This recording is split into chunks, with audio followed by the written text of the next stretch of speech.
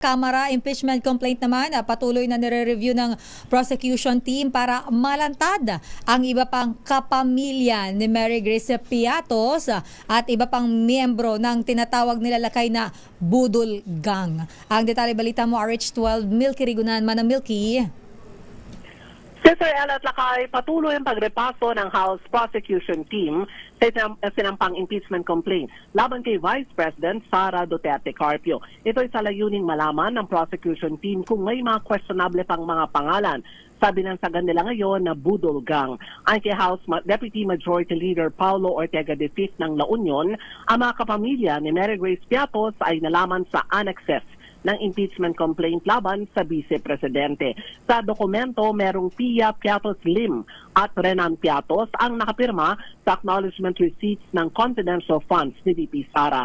Pero kumpara sa Mary Grace Piatos, single P ang Piatos na apelyido na Pia at Renan. Lahat naman ito base sa pagkumpirma ng Philippine Statistics Authority ay walang naitalang birth, marriage o death records mula sa PSA. Lumagdag na rin sa misteryosong listahan si Xiaomi 8 na obvious lakay at Sister El na hango sa pangalan ng brand ng cellphone mula sa China. Matatandaan sumikat si Mary Grace Piatos sa kasalsagan na may hearing ng House Committee on Good Government and Public Accountability ni Manila Representative Joel Chua. Pero hanggang ngayon hindi pa rin ito nasasagot dahil tumatangging magpaliwanag at umarap sa mga hearing ng Kamara si VP Sara. Pero inaasahan ng prosecution team na hindi ito may iwasan na kanyang sagutin pagsapit ng impeachment trial. Ako si New Crigunan muna sa DCR. Ba't lumalabas ang pangalan mong Milky? Manang Milky? Oo, Lakay. Hindi masyadong sumikat yan. Lumabas na yan ng impeachment nung kasasagan ng hearing ng House Committee on Good Government and Public Accountability. Mukhang mali ang nilagay na pala. Dapat Milky Innova, hindi si Koya. Oo. Pang mayaman yung si Koya, Lakay. Famous ka na pala, Manang Milks. Oo. Kaya lang dapat Innova. Tama sila kay kasi ang mayaman yung Ayan. Toyota.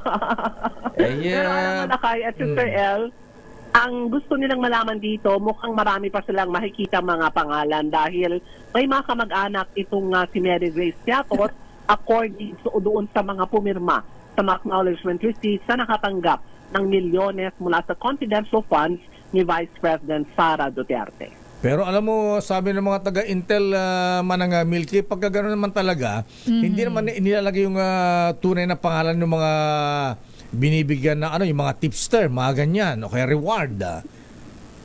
So, pero dapat kaya daw ito, Lakay, kasi sabi ng ating bubit na abogado, kaya daw tahimik ang BP, di raw sinasagot na ganyan.